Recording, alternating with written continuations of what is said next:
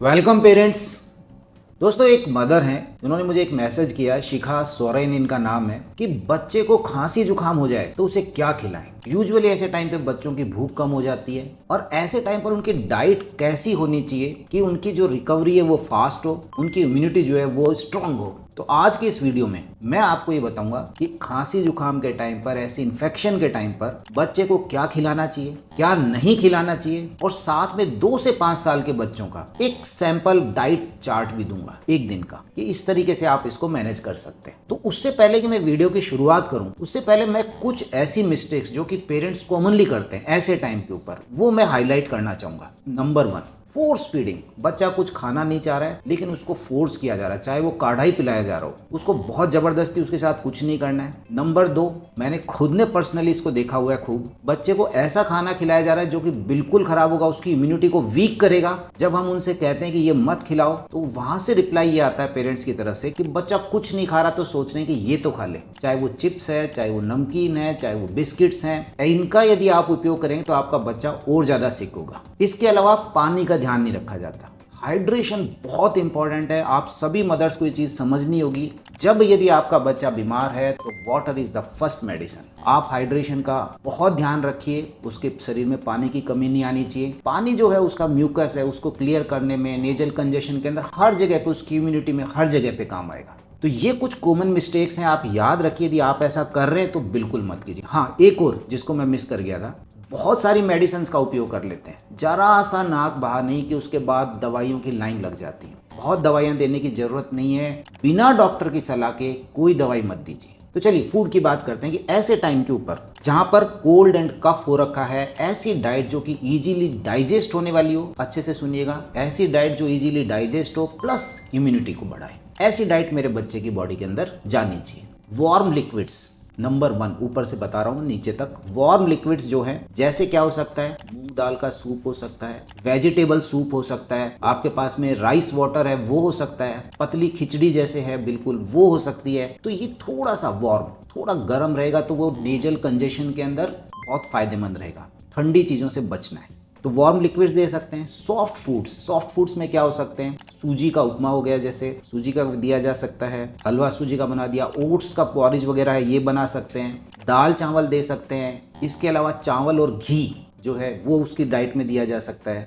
Fruits, तीसरे number पर जो मैं आपको बता रहा हूँ, फ्रूट्स। यहाँ पर बहुत से मिथ रहते हैं, बच्चे को केला नहीं खिलाएंगे खांसी जुकाम में। तो आप मुझे बताइएगा कि कभी आपको ऐसा लगा क्या कि केला खिलाने से मेरे बच्चे को खांसी जुकाम बढ़ गया है? देखिए, मैंने यूजुअली देखा है कि ऐसा कुछ नहीं होता है। हाँ, एक बात का ध्यान रखना होता है, वो कोई भी फ्रूट हो सकता है। मैंने अपनी प्रैक्टिस में ज्यादातर सेब को देखा है। जब सेब दिया गया है तो मैंने ऐसा देखा है कि बच्चे को खांसी के जो एपिसोड्स है वो बढ़ गए। बट ये हर बच्चे के साथ नहीं होता है, हर बच्चे का शरीर अलग है, हर बच्चे की बॉडी अलग है। मेरे को किस फूड से, किस फ्रूट से एलर्जी हो रही है ये आपको पता होना चाहिए कि आपके बच्चे को मैंने जब ये खिलाया तो उसे अचानक से खांसी के एपिसोड्स बढ़ गए। वो कुछ भी हो सकता है, वो केला भी हो सकता है, वो सेब भी हो सकता है, वो संतरा भी हो सकता है, वो हो सकता है कि दूसरा फूड आइटम हो। बट जब आपका बच्चा सडनली बहुत एपिसोडिक, बहुत तेजी से खांस रहा है तो पहले एक बार सोचिएगा कि हमने खिलाया क्या था पिछले 1-2 घंटे के अंदर इसको। तो वहां से वो एक आपको क्लू मिल जाएगा कि हाँ, ये चीज मेरे बच्चे की डाइट में मुझे अवॉइड करनी है। ये केला भी हो सकता है, ये सेब भी हो सकता है, ये दूसरी चीज भी हो सकती है,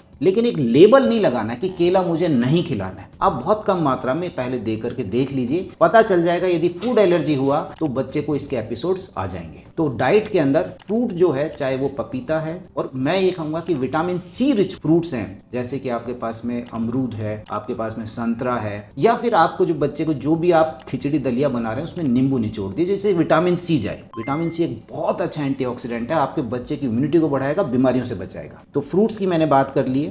हर्बल टीज दी जा सकती है। आपका बच्चा 1 साल से ऊपर का है तो तुलसी हो गया है, शहद हो गया है, याद रखिए 1 साल से ऊपर मैंने बोला है। गुनगुने पानी के अंदर आप इनको मिला करके दे सकते हैं। इससे रिलेटेड मेरा एक कंप्लीट वीडियो है, बहुत अच्छा वीडियो है, उस पर लाखों व्यूज हैं, आप देख सकते हैं। अब जो मैं फूड आइटम बता रहा हूँ वो रहते हैं प्रोटीन के सोर्सेज। देखिए, प्रोटीन्स मेरी बॉडी के बिल्डिंग ब्लॉक्स हैं, इम्यून सेल्स के लिए भी रिपेयरिंग का काम करते हैं। तो प्रोटीन, एक अच्छी डाइट जो कि प्रोटीन रिच हो, चाहे वो आपके पास में घर का बना हुआ पनीर है, चाहे आपके पास रागी है, या फिर यदि आपके घर में अंडे अलाउड है तो एग्स अलाउड है तो एग्स जरूर खिला सकते हैं। किसी के घर में नॉनवेज चलता है तो चिकन का सूप वगैरह जो है वो दिया जा सकता है। बट प्रोटीन रिच फूड जो है वो बच्चे की डाइट में जाना चाहिए। अब यहाँ पर हमारे पास ये आता है कि हम बच्चे के अवॉइड क्या क्या करने हैं। अभी मैंने आपसे इस वीडियो के स्टार्टिंग में कहा था नमकीन खिला रहे हैं, बिस्किट्स खिला रहे हैं, फ्राइड चीजें जैसे चिप्स हैं, कुरकुरे हैं, इस तरह के बच्चे के डाइट में मत दीजिएगा, ये उसे और बीमार करेंगे। ये बिल्कुल नहीं देने। ठंडी चीजें, जो भी चीज फ्रिज में रखी हुई है बहुत ठंडी है, उससे एग्रीवेट हो सकता है, उसे अवॉइड कीजिए। चाहे वो बहुत चिल्ड कोल्ड वाटर हो सकता है या फिर आपके पास में आइसक्रीम हो सकती है, फ्रूट ड्रिंक्स, कोल्ड ड्रिंक्स, ये बिल्कुल नहीं देने हैं।